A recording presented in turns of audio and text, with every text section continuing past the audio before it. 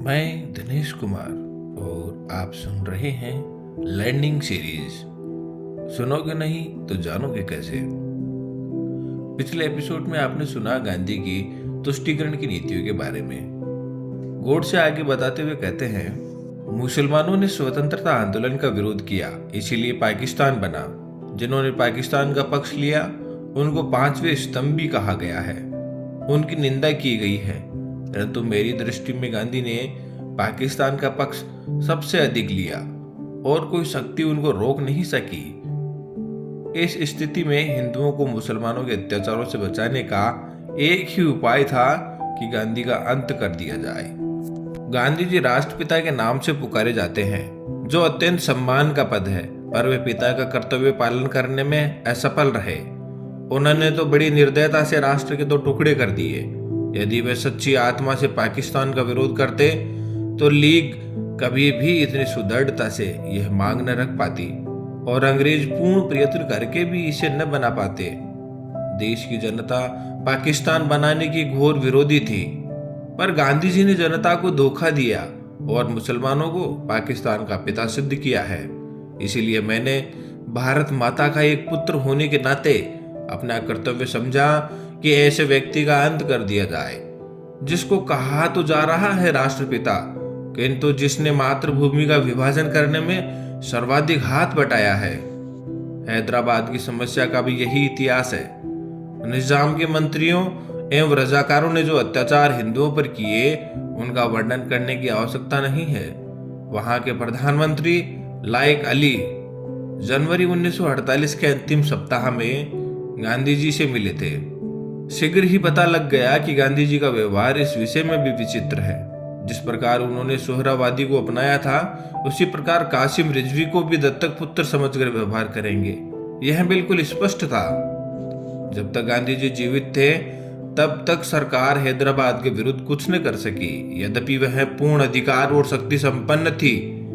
यदि गांधी जी के जीवन में ही भारत सरकार हैदराबाद में सेना या पुलिस की कोई कार्रवाई करने का निश्चय करती तो गांधी जी मुस्लिम एकता के नाम पर भारत सरकार को अपने निश्चय बदलने पर बाध्य कर देते। जिस प्रकार 55 करोड़ रुपया पाकिस्तान को न देने का निर्णय वापस लेना पड़ा। जब गांधी जी अनशन ठान लेते तो उनको बचाने के लिए सरकार को उनकी इच्छा अनुसार चलना पड़ता। गांधी जी के अहिंसा सिद्धांत के अनुसार हमें अत्याचार सहन करते जाना चाहिए और शस्त्र या शारीरिक शक्ति से प्रतिकार नहीं करना चाहिए। गांधी जी की अहिंसा उस सिंह की अहिंसा है जो उस समय अहिंसा का पुजारी हो जाता है जब वह सहस्त्रों गायों को खा पी कर थक जाता है। कानपुर में गणेश शंकर विद्यार्थी को मुसलमानों ने निर्दयता से मार दिया था। गांधी जी उनका उदाहरण देकर कहते थे कि इस प्रकार अहिंसा पर चलकर अपना बलिदान कर देना चाहिए। मेरा विश्वास है यह अहिंसा देश को नष्ट कर देगी और पाकिस्तान भारत पर आधिपत्य जमा लेगा। मुझे स्पष्ट दिखाई देता था कि यदि मैं गांधी का वध करूंगा तो मैं जड़ मूल से नष्ट कर दिया जाऊंगा। लोग मुझसे घृणा करेंगे, मेरा सम्मान जो मुझे प्राणों से अधिक प्रिय है नष्ट हो जाएगा। किंतु साथ में मैं यह भी जानता था कि गांधी जी सदा के लिए विदा हो जाएंगे तो देश की राजनीति में शस्त्र प्रयोग और प्रतीकात्मक कार्रवाई को स्थान मिलेगा। देश शक्तिशाली होगा, मैं अवश्य मरूंगा, किंतु देश अत्याचारों से मुक्त होगा। सब मुझे मूर्ख कहेंगे, पर देश ऐसे मार्ग पर चलेगा जो उचित होगा। यही सोचकर मैंने गांधी का अंत करने की ठानी। मैंने अपना निर्णय किसी को नहीं बताया। 23 जनवरी 1948 के दिन मैंने गांधी जी का वध किया। मेरे पास कहने को और कुछ नहीं है। यदि देशभक्ति पाप है तो मैं मानता हूं मैंने पाप किया है। यदि प्रशंसनीय है तो मैं अपने आप को उस प्रशंसा का अधिकारी समझता हूं। मुझे विश्वास है यदि मनुष्य द्वारा स्थापित न्यायालय से ऊपर कोई न्यायालय होगा तो उसमें मेरे कार्य को अपराध नहीं समझा जाएगा। मैंने देश और जाति की भलाई के लिए यह काम किया। मैंने उस व्यक्ति पर गोली चलाई जिसकी नीति से हिंदुओं पर घोर संकट आए और हिंदू नष्ट हुए। वास्तव में मेरे जीवन का उसी समय अंत हो गया था जब गांधी जी पर गोलियां चलाई थी। उसके पश्चात मैं अनासक्त जीवन बिता रहा हूं। मेरे लिए यह संतोष का विषय है कि मुझे कोई पश्चाताप नहीं है। हैदराबाद की समस्या में अकारण देरी हो रही थी। सरकार ने गांधी जी की मृत्यु के बाद सैनिक कार्रवाई से इस समस्या को ठीक रूप से सुलझा लिया है। भारत की आधुनिक राजनीति और सरकार अभी तक तो ठीक प्रकार से चलती दिखाई दे रही है। गृह मंत्री ने कहा है कि देश के पास प्रचुर युद्ध सामग्री होनी चाहिए। ऐसा विचार प्रकट करते हुए उन्होंने यह नहीं कहा कि वे गांधी जी के सिद्धांतों पर चलकर यह सब कुछ करेंगे। यदि वे ऐसा करेंगे या ऐसा कहेंगे तो केवल अपने मन के संतोष के लिए कहेंगे। यह याद रखना चाहिए कि यदि आधुनिक शस्त्रों का प्रयोग करके यह कहा जाए कि गांधी जी के अहिंसा सिद्धांत पर चला जा रहा है तो हिटलर, मुसोलिनी, चर्चिल और रूजवेल्ट के देश रक्षा के ढंग और गांधी जी के अहिंसा सिद्धांत में कोई भेद नहीं रह जाएगा। मैं यह मानने को तैयार हूं कि गांधी जी ने जनता में जागृति पैदा की। उन्होंने स्वार्थवश कुछ नहीं किया, परंतु दुख यह है कि वे इतने ईमानदार नहीं थे कि अहिंसा की हार को स्वीकार कर लेते। मैंने दूसरे भारतीय देशभक्तों और नेताओं के चरित्र भी पढ़े हैं जिन्होंने गांधी जी से अधिक बलिदान किए हैं। कुछ भी हो, गांधी जी ने देश की जो सेवा की है उसके लिए मैं उनका आदर करता हूं। उन पर गोली चलाने से पूर्व मैं उनके सम्मान में इसलिए नतमस्तक हुआ था कि न तो जनता को धोखा देकर पूज्य मातृभूमि के विभाजन का अधिकार किसी बड़े से बड़े महात्मा को नहीं है। गांधी जी ने देश को छल कर देश के टुकड़े किए क्योंकि ऐसा न्यायालय या कानून नहीं था जिसके आधार पर ऐसे अपराधी को दंड दिया जा सकता। इसलिए मैंने गांधी को गोली मारी। उसको दंड देने का केवल यही एक तरीका रह गया था। यदि मैं यह न करता तो मेरे लिए अच्छा ही होता, परंतु स्थिति बहुत खराब हो गई थी और मेरे हृदय में इतना अधिक क्षोभ था कि मैंने सोचा गांधी जी को स्वाभाविक मृत्यु नहीं मरने देना चाहिए। संसार को पता लग जाना चाहिए कि इस व्यक्ति ने अन्यायपूर्वक राष्ट्र के साथ छल करके भयानक रूप से देश के एक संप्रदाय का जो पक्ष लिया है उसका दंड भोगना पड़ा। मैंने इस समस्या का अंत इसी प्रकार करना चाहा क्योंकि इसी से लाखों निर्दोष हिंदुओं का जीवन बच सकता था। गांधी जी की जो अहममयी प्रवृत्ति इस पवित्र भूमि के पुत्रों के लिए घातक सिद्ध हुई, उसके लिए भगवान उन्हें क्षमा करे। मेरी न किसी से कोई शत्रुता है और न किसी के प्रति कोई दुर्भावना। यह मैं अवश्य कहता हूं कि इस सरकार के लिए मेरे हृदय में कोई आदर न था क्योंकि यह अनुचित रूप से देश के शत्रुओं के हाथ मजबूत कर रही थी। मैं देख रहा था यह नीति गांधी के कारण थी।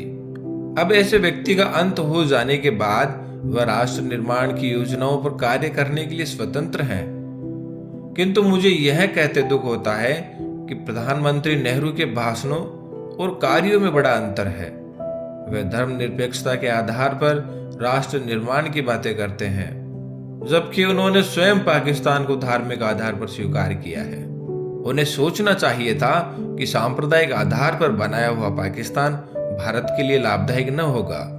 फिर भी सब कुछ सोचने के पश्चात मेरे हृदय ने कहा कि गांधी जी के विरुद्ध काम करना चाहिए। किसी ने मुझ पर इस संबंध में कोई दबाव नहीं डाला और ना ही कोई डाल सकता था। आप मेरी इस भावना को जिस प्रकार देखना चाहें देखें और इस भावना के परिणाम स्वरूप मेरे किए हुए इस कार्य को देखकर जो दंड उचित समझे दें। इस विषय में कुछ कहने की मेरी इच्छा नहीं है।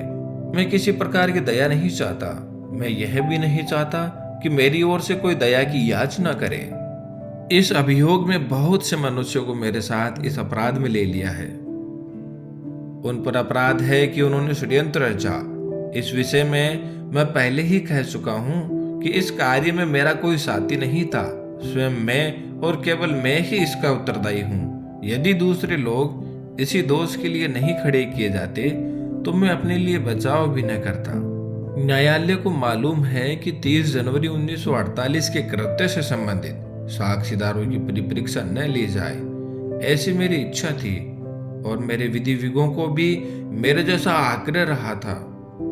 इससे मैं अपने लिए बचाव नहीं कर रहा, यह स्पष्ट होगा। मैं इस बात को पहले भी बता चुका हूं कि 20 जनवरी को मैं शांति में प्रदर्शन के पक्ष में नहीं था। अपने सिद्धांतों का प्रचार करने के लिए यह उपाय मुझे व्यर्थ प्रतीत होता था। फिर भी उस प्रार्थना सभा के प्रदर्शन में मैंने सम्मिलित होना स्वीकार कर लिया।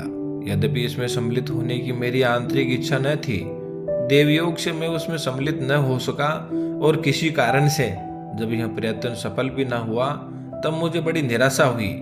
आपटे और अन्य लोगों ने पूना, मुंबई, ग्वालियर में स्वयंसेवकों के लिए जो परिश्रम किया था उसका कुछ भी फल नहीं निकला। तब गांधी जी के वध के अतिरिक्त मेरे लिए कोई दूसरा मार्ग नहीं रह गया था। इन्हीं विचारों में खोया हुआ जब मैं दिल्ली के शरणार्थी कैंप में घूम रहा था तो मुझे एक फोटोग्राफर मिला जिसकी कमर में कैमरा लटक रहा था। उसने मुझे फोटो उतरवाने के लिए कहा।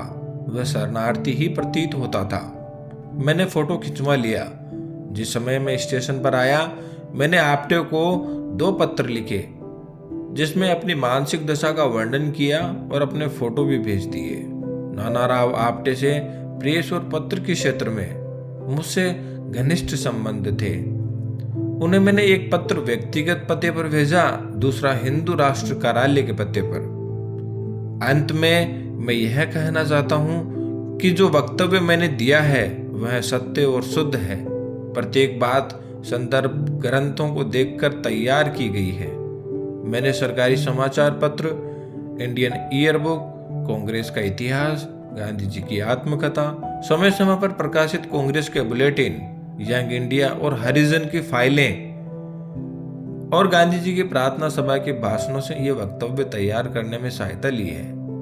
मैंने यह लंबा वक्तव्य इसलिए नहीं दिया है कि लोग मेरे कार्य को सराहें, बल्कि इसलिए दिया है कि लोग मेरे विचारों को भलीभांति जान जाएं और किसी के मस्तिष्क में मेरे विषय में कोई भ्रांत धारणा न रहे। भगवान करे हमारा देश फिर से अखंड हो और जनता उन विचारों का त्याग करे जो अत्याचारी के आगे झुकने की प्रेरणा देते हैं। भगवान से यही मेरी अंतिम प्रार्थना है। मेरा वक्तव्य अब समाप्त हो चुका है। आपने इसे ध्यान से सुना और सुविधाएं दी, उसके लिए मैं कृतज्ञ हूं। जिन्होंने इस बड़े अभियोग में मुझे कानूनी सहायता दी और जो पुलिस ऑफिसर इस अभियोग से संबंधित हैं, उनके प्रति मेरे हृदय में कोई दुर्भावना नहीं है।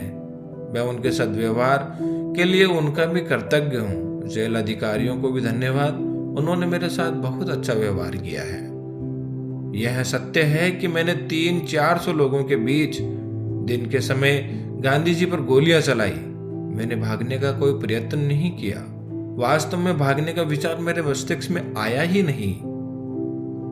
मैंने अपने ऊपर गोली चलाने का प्रयत्न भी नहीं किया। आत्मघात करने का मेरा कभी विचार न था, क्योंकि मैं अपने विचारों को खुले न्यायालय में प्रकट करना चाहता था। आलोचनाओं के बावजूद भी मैंने जो कृत्य किया उसके नैतिक पक्ष पर मेरी आत्मा कभी विचलित नहीं हुई। मुझे यह किंचित भी संदेह नहीं कि भविष्य में सच्चाई और ईमानदारी से इतिहास के इस अध्याय को इतिहासकार लिखेंगे तो वे मेरे कार्य और उसके परिणाम का सही मूल्यांकन करेंगे। तो दोस्तों, ये था नाथूराम गोडसे का कोर्ट में अंतिम भाषण।